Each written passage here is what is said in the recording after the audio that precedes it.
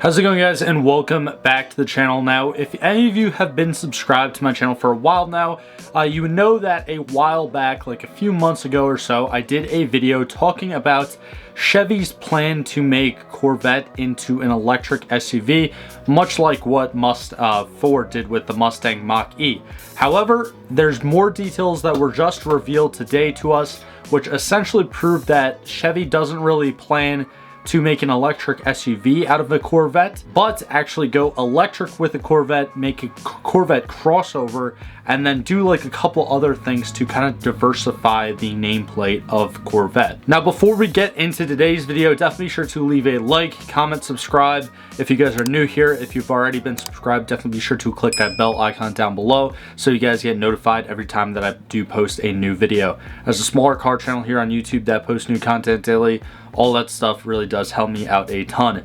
But if you have been subscribed to me for a while, you would know that my entire opinion about like the Mustang Mach-E and this idea of turning the Corvette into some sort of SUV, I never truly think that these vehicles can actually be like a true Mustang or a true Corvette or a true anything, really. Like, I just think the entire idea is silly. I do understand that from a business perspective, considering that like 90% or 80% of the market now, when it comes to auto manufacturers or automobiles, all of it is like SUVs and crossovers just because that's what, you know, people are buying. But the entire idea of like Ferrari making the Puro Sangue, Lamborghini with the Urus, Aston Martin with the DBX, or even probably the one that I feel like is the most sacrilegious, the new Lotus SUV that's coming out now. I just think that it's just so silly because it goes completely against what all these brands stood for, I guess, and all of like their heritage and everything. And I think that it's the same like idea, in my opinion, when you talk about nameplates like the Mustang, the Corvette, the Camaro, even I guess Charger and Challenger, even though those aren't really have any plans to go to an SUV platform that I know of right now. But yeah, today we're going to be looking at a Car and Driver article that details some of the points that have been kind of confirmed by Chevy as of late. But yeah, it's very, very weird. Now, I do know that, you know, with the new Z06 coming out, I've made a couple of videos now over the course of the past week talking about the C8 Corvette, and Chevy's entire goal from the outside looking in, at least to me, it seems like they're really just trying to diversify the Corvette nameplate. Now, some people might think that that's bad, some people might think that it's good. Personally, I think that it's good when you're talking about the new trims that we're going to get in the future. I believe they still plan to have the Zora unleashed during the 2024 model year, and that's going to be like a 1,000 horsepower C8 Corvette. We just got the Z06 revealed pretty much, or kind of released to the public. Now they're doing deliveries for the Z06, and yeah, they're trying to like expand on the Corvette name.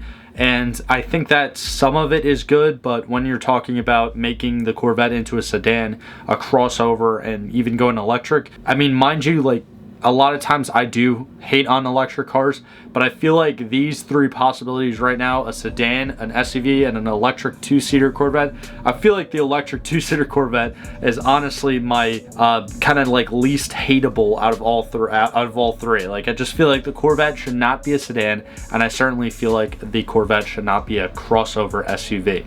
And not for nothing, that is my main problem when it comes to the Mustang Mach-E too.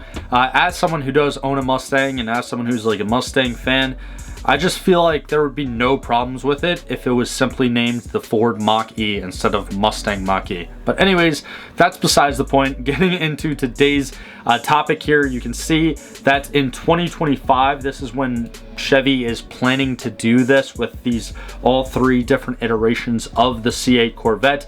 It does state, I think further down in this article, that they're going to be staying with the C8 generation. So that does confirm that the C8 generation will at least last until 2025, which I'm sure that most people kind of figured already. But here are the three kind of things that are coming to the Corvette lineup in that year. You got a four-door coupe. I believe I said sedan before, but four-door coupe technically, a sporty high-performance crossover, and then a two-seater Corvette EV. I would have to assume that the Corvette EV would mostly take the same shape as a regular C8 Corvette. I don't know how they're going to go about doing the 4-door coupe Corvette, because just the way that the C8 is designed, it's designed like an exotic. It's a very like low slung body. There's not a lot of space that is just there. There's nothing really to work with, so they might wind up taking the same exact body, same exact design, and just stretching it, which I feel like would look so ugly. Or they might just go with like a full, like, different body entirely. But that was one thing that I really like about the C8 Corvette. I did a review on one last summer. I'll leave the link to that video up on top of this video right now. But yeah, I love driving around in that 2020 Corvette. It was a 2LT. The interior was really nice. I love the design, like the exterior design. I really like the sharp body edges, and I just am really questioning how Chevy is going to be able to integrate those sharp body lines and that exotic feel into a 4-door. Again, it just doesn't make sense to me. Now, when it comes to the crossover, again, it's the same exact thing as the Mustang Mach-E. It's just not a Corvette in my opinion. I don't think that a Corvette or a Camaro or a Mustang, like I said before, I don't think any of those nameplates should be on a crossover or an SUV. It doesn't feel right to me. Again, I know that's, I feel like I'm repeating myself, but I know that that's where the market is nowadays. But these cars shouldn't be made for the general public. They're made for car enthusiasts. They're made for fans of that nameplate. They're made for people that aren't looking to go get groceries with them. Let's put it that way.